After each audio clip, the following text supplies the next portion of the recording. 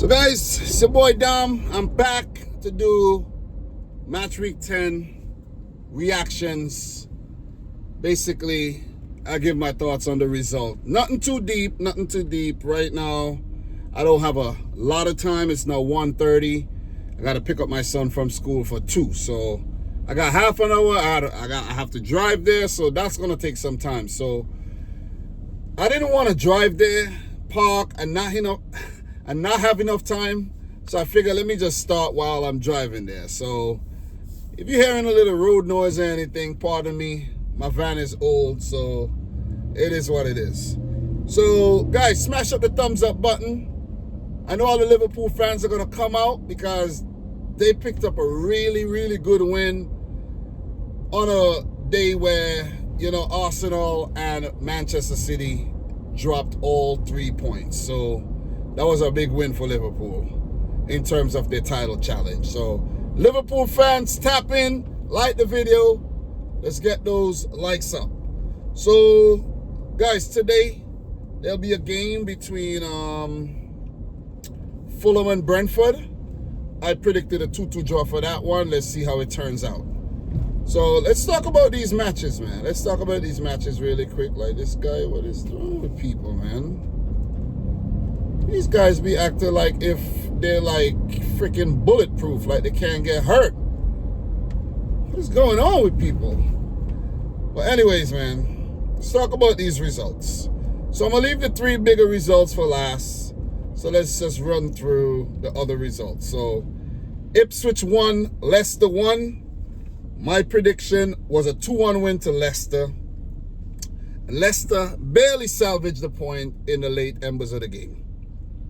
Leif Davis in the 55th minute, quality goal. Calvin Phillips got sent off for a second yellow in the 77th minute. And it's just amazing what has happened to Calvin Phillips, man.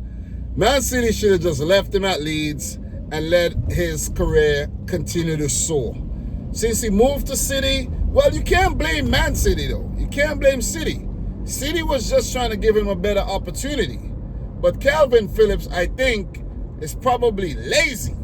You see what I mean? He started making more money at City. Maybe his habits change. Maybe just things just change. You see what I mean? And he fell off. There was a big drop-off. At Leeds United, this man used to play for England. You see? Easily get into the England midfield. Can't get into the English team anymore. And he's been bouncing around the place. Loan move after loan move. And he definitely cost Ipswich 2 points here and their first win of the season. So, Jordan Ayew, man. 94th minute. Let's talk about Ayew for just half a minute. This guy was definitely a utility player at Crystal Palace. And he's been around the league for a while. But he was always that type of player like, But since he's gone to Leicester, Jordan Ayew has been nothing short of clutch. He's been a clutch player for Leicester. What a signing by Steve Cooper. So Leicester salvage a point, 1 point apiece for both teams. And I think it's a great result. Great result for Leicester. Great result for Ipswich as they keep, getting points, but still they should have won the game. So in terms of the points tally, Leicester 15th, they got 10 points. Ipswich is still in the relegation zone at 18th with 5 points, 5 draws so far this season, and 5 losses, yet to pick up a win. So we definitely gotta have gotta get a move on, or else I'm gonna run out of time for sure. Tottenham 4, Aston Villa 1. I predicted a 3-2 win for Aston Villa. I predicted 5 goals. We got 5 goals, but Villa didn't win. It was Spurs. This was definitely a game of 2 halves. Aston Villa bossing the first half, and Spurs coming out in the second to completely blow away Aston Villa. That was a good game. That was a very entertaining game of football. Morgan Rogers in the 32nd, his stocks continue to soar, and Villa were just all over Spurs. Amadou Nana, he had a very good first half, and Yuri Tillemans, he looked good, and Unai Emery's men was just making Spurs look like kids. And I'm like, here we go again, another poor result for Spurs. It's neither here nor there. And then bam, in the second half, Brennan Johnson in the 49th, Dominic Solanke with a well-needed brace, very good chip over the goalkeeper, and a tap in as well, right place at the right time. And Madison off the bench, putting in a free kick to make it 4-1 to Spurs. Son came back, from injury. He was mad that he got taken off, but you got to trust the manager, man. The manager, he's in charge. He knows what he's doing. He's trying to protect, his vulnerable captain, the talismanic player in Son, and, he did the right thing. Richarlison came off the bench, picked up a nice assist there, and Spurs, their performance in the second half were clinical, or maybe we could say Aston Villa capitulated in the second half. So, not going to elaborate too much more on this game, but in this instance, Aston Villa 18 points, they're 6th. They dropped down to 6th, and Spurs are 7th with 15 points so far 16 points so far this season. So not a bad place for both clubs. So we're definitely going to move on, guys. Definitely going to keep it moving. Got a lot more games to talk about. So Wolves 2, Crystal Palace 2. What a game of football. My prediction, 2-1 to Wolves. Thought they were going to win their first game of the season. I think it was a solid prediction, but they ended up dropping points from a winning position. So, Trevor Chalobah in the 60th minute, very good volley there. I think that was a half volley. Very, very good goal. That was a sweet goal. And Strand Larsen in the 67th minute. Very good build-up by Wolves. 72nd minute, I think that's João Gomez, his name is. One of the newer players. He scored in the 72nd minute to give Wolves the lead. And 5 minutes later, Mark Guehi putting in at close range to make it 2-2 for Crystal Palace. Palace need these points, man. They really do. Because right now, Eberechi Eze, he's injured. He's going to be out for a little while. He'll miss a few games. And they need to draw inspiration from somewhere else. They got the players. I think Adam Wharton is also injured. He's been a highly rated player for Palace as well. So players got to step up, man, And I guess they stepped up today in the defenders, and they put the ball in the back of the net. But you can't always be depending on your defenders to score. That's not their job. Their job is to keep the ball out the back of the net. And if you're going to keep depending on defenders to score your goals, I should say, you're going to struggle. That is a sign of a struggling team indeed. But they got off the hook here, and they walk away with a point apiece. So in terms of the standings, Crystal Palace just outside the relegation zone, 17th with 7 points. And for Wolves, they're at the bottom of the table, still yet to win, 3 points after picking up 3 draws. So, yeah, better luck next time, Wolves. So, guys, of course, we are going to keep it moving. Don't forget to smash the thumbs up button for the stream. Definitely would appreciate that, man. So, next game, Forest 3, West Ham 0. I did predict a 2-2 draw. Yeah, Forest, man, they're looking good. With this win, they're up to 3rd. Give it up to Forest, man. Give it up to freaking Nuno Espirito Santo and Forest for what they're doing. They, held on to their Premier League status for the last couple seasons after being promoted. You got to give them a lot of credit for that, because I remember the first season when they came up, they just were signing everybody. And then they just trimmed down the squad to where it's at today. They sold off a few players, that they bought, and now the squad looks way more settled. Have some talismanic youngsters in there like Cullum Hudson-Odoi, Anthony Elanga, Morgan Gibbs-White and co. So they're looking good, man. Third after 10 games, that is more than good for a team like Forest. So Chris Wood, he's on fire. Chris Wood is on fire, man. He's just been putting them in the back of the net for fun. So Wood in the 27th, Cullum Hudson-Odoi in the 65th, and Ola Aina in the 78th. West Ham failed to reply, and they've been, very so-so at the start of the season. Lopetegui under pressure, squad not settling, and still got time to make amends though. Let's just put it that way. But not gonna linger too much. Big win for Forest. After 10 games, they have 19 points, and that's more points than Arsenal, Chelsea, Aston Villa, Spurs, and Manchester United. I had to put United in there because they say United are a big club, right? So you got to use them as a reference point. So well done Forest. As for West Ham, they're 14th, 11 points. That's not terrible. That's not terrible. They've lost half their games, and that's not a bad start. 5 losses in 10 games, 3 wins, 2 draws. Not bad.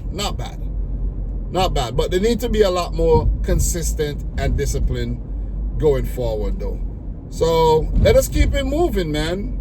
I have 15 minutes to run through the next set of fixtures. So I gotta get it going for sure.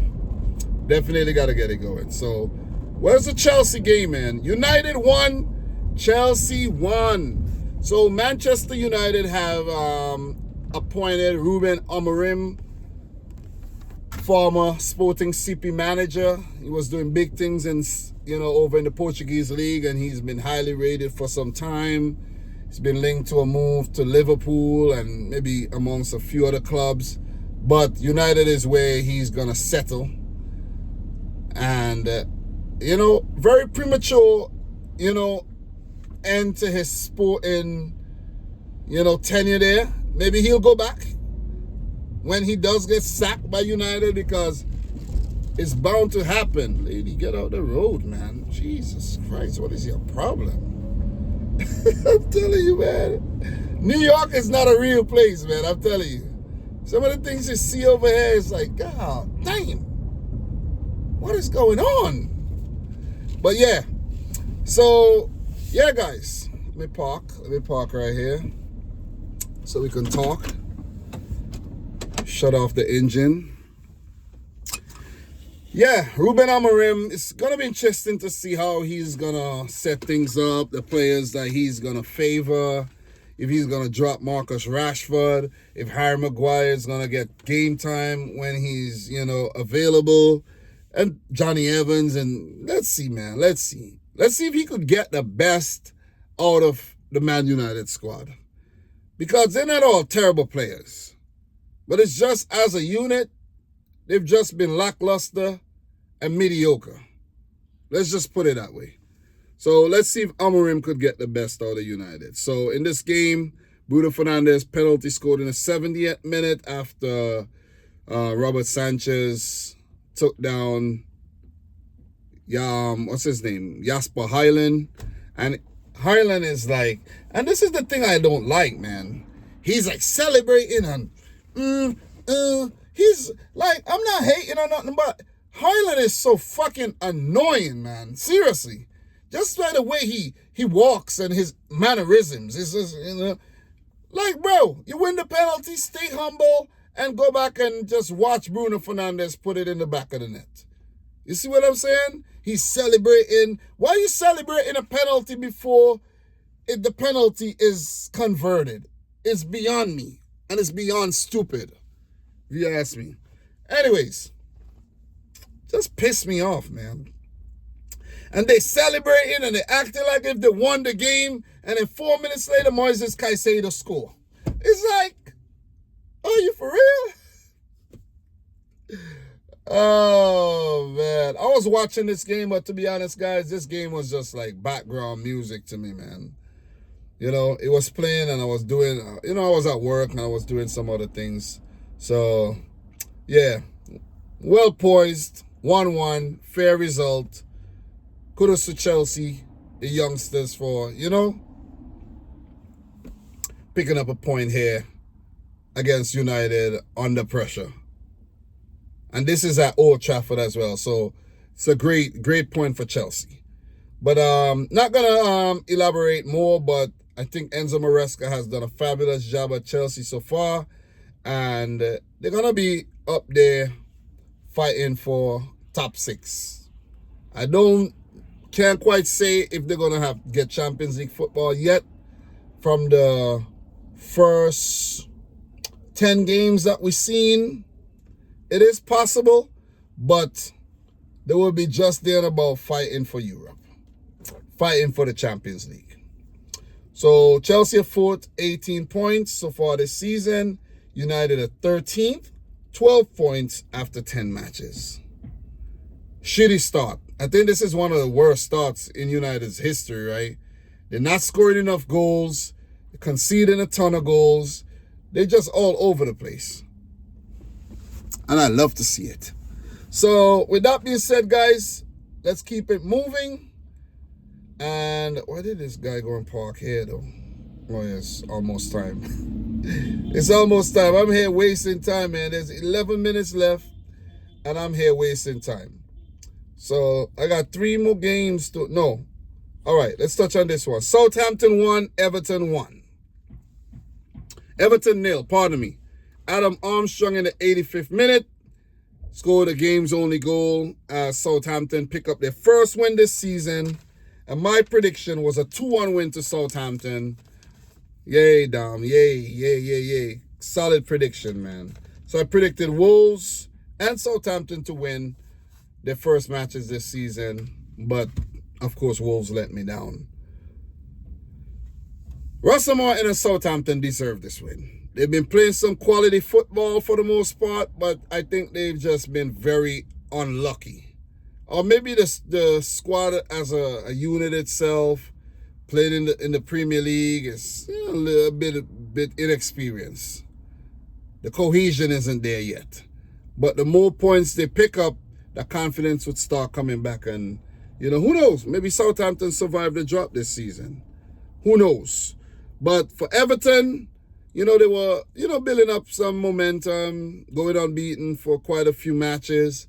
But I don't think this would actually, mess with their confidence too much. But this is a game that Everton should have got something from.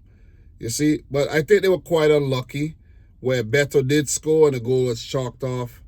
VAR chalked it off. But when I was watching the highlights for this game, the extended highlights, that looked onside to me. I don't know about you or the VAR referee. To me, that was onside. That was definitely onside. So with that being said, Southampton, massive win. They will be hoping to kickstart their season after that. Everton, minor setback with that loss. Everton are 16th, 9 points so far this season. Southampton, 19th, 4 points so far this season. So we got 3 more games to talk about, man. Let's run through these games really quick, man. Let's talk about these matches. Arsenal, man. I predicted a 1-1 draw. Newcastle, Arsenal. It ended in a 1-0 win for Newcastle. Alexander Isak in the 12th minute. What a header. Who crossed that ball in? That was Anthony Gordon, I think, right? What a player, man. Anthony Gordon is a hell of a player. He's a hell of a player, man. I don't think it ends at Newcastle. I think Anthony Gordon could move on to bigger things. That kid is nice. That kid is nice. But Newcastle's been giving Arsenal some problems over the years, and traveling to Tyneside, it's the most northernmost Premier League club.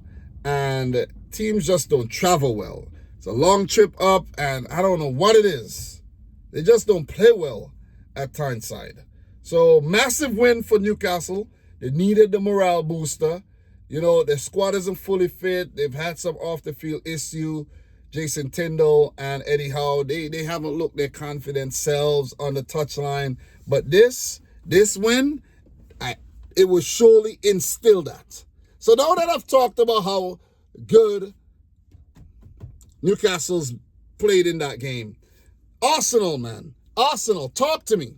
What is going on? What is going on? I'm not going to be super long-winded. I'm running out of time. But what is going on, Arsenal? This is wild. This is wild for a team that is touted to be title contenders, and they were close to winning the title for the last 2 years. What type of form is this?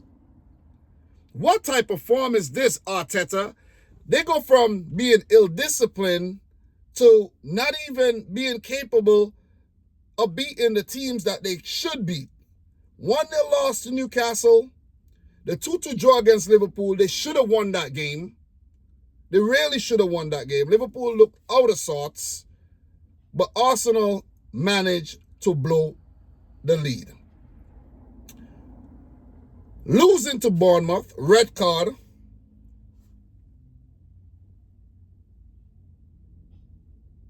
The Man City game, they should have won. They should have won that game. They really should have won that game. So it's just been a streak of poor results for the Gunners, and it ain't looking good, man. 3 games in a row, a loss, a draw, a loss. Arsenal are 5th right now, 18 points. That is 7 points off Liverpool.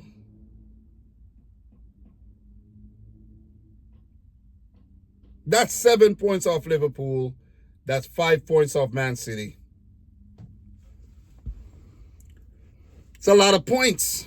That's a lot of points. Arsenal it's gonna take a lot of catching up, and I don't know, man. I don't know if they're title contenders anymore.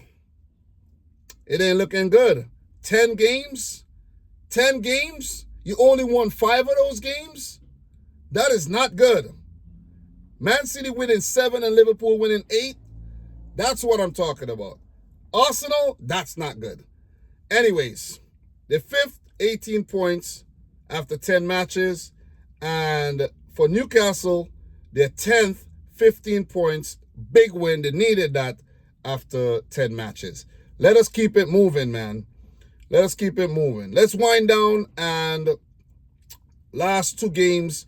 Let's talk about my bum team, Manchester City, losing to Bournemouth for the very first time in the Premier League history. 2-1 win for Bournemouth. I'm not trying to be super long here. Antoine Semenyo in the 9th minute. Really quality goal, if you ask me. Evan Nilsson in the 64th. Another good goal. 2-0 down. Jasko Vardiol with an 82nd minute header. City had numerous chances, a lot of possession, and it was just one of the worst games I've seen my team play.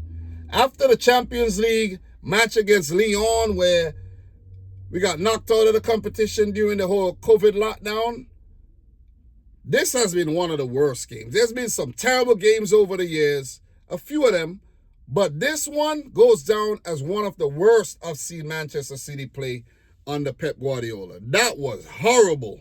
65% of the ball. I don't think we registered a single shot in the first half. It was just poor. It was just a bland effort in the first. I'm like, what is going on?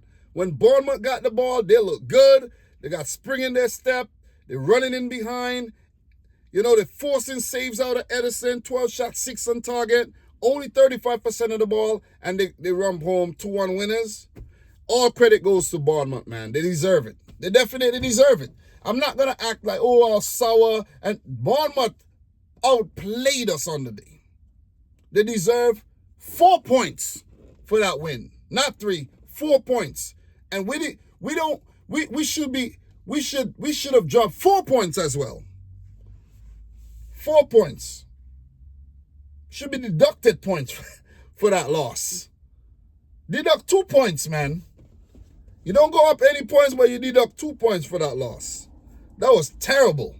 The squad was not fully fit. That's not an excuse. What Pep should have did, Pep should have called up Wilson S. Brand, and there's another defender, another quality 16-year-old. Call them up. I don't think the 16-year-old could play in the Premier League, though. He could play in the Cup, but I don't think he could play in the Premier League. I might be wrong, but I don't think he could play in the Premier League. But Wilson S. Brand should have been called up to play left back. You bring it in Kyle Walker. These guys are not fit. Akanji, these guys are not fit. Like, come on, man. We tried, but we also weren't clinical. Foden with a couple chances. Haaland with a couple chances hitting the post. We tried, but we weren't clinical enough. We needed to be a bit more clinical on the day. Gundogan ain't cooking yet. I don't know. Forgot his apron and his chef hat and his spatula in Barcelona. You need to do better than that. Anyways, Big L, well-deserved. Man City, second, 23 points after 10 games. First loss they suffered this season. And Bournemouth, ninth, 15 points, 4 wins. Bournemouth on fire.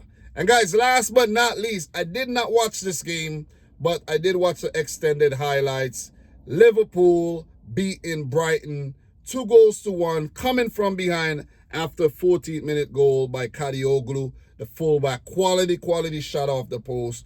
And it was a game of two halves. Brighton winning the first half, creating numerous chances. They should have scored more of those chances, but failed to convert.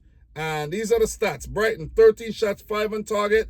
Liverpool, 52% of the ball at Anfield. That's a great achievement. But 16 shots, 8 on target. Liverpool came rampant in the second half. Chance after chance after chance after chance. And then Cody Gakpo, his shot went in after Darwin Núñez headed attempt was missed. He tried to head the ball, sucked in the defenders, ball in the back of the net. And Mo Salah, man. Mo Salah. Remember that Mo Salah goal against Chelsea a few seasons back where he collected it on the right, cut in behind and just let it go, let it rip? Wow, that was a match-winning goal. And Liverpool deserved the win for the way they played in the second half. Arne Slot got Liverpool with that comebackability energy, that was pretty amazing because I was watching the City game. I wasn't watching the Liverpool, but I know Liverpool were behind, and I'm like, yeah, boy, we're going to lose, but Liverpool also going to lose. Arsenal lost, so it's all good. Bam! Liverpool wins. That has happened on so many occasions where Liverpool, they've been down, going into the late embers of the match, and they find a way to win. But let me say this, Liverpool, you could do this all you want. You've been impressive so far this season on the slot. Top of the table, 25 points, 1 draw, 1 loss.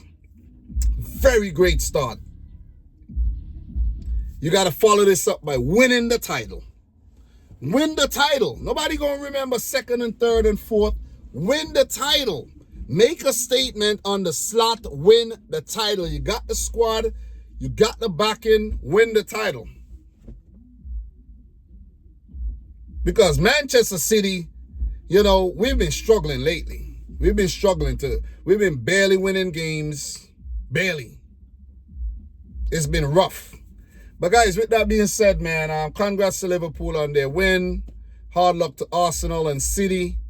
And it's shaping up to be a nice season. Quarter of the season done. We got 3 more quarters to go. A lot of football, Champions League, FA Cup. City got knocked out of the EFL Cup, but it's all good. It's going to play out in our favor. International football, I haven't really been following a lot, but it's what it is, man. I'm only one man. I got a life. It's hard to catch up with everything. You see what I'm doing right now. I'm busy. But guys, thanks for tuning in to yet another one. I'm your boy, Dom. This is Dominic Rich FC. Subscribe if you're new. Like the video if you haven't yet done so. And until my next one, peace out. Rich Squad. Guys, also let me know if I miss any major talking points down below because I can't cover everything. I really can't. We talk soon. Later.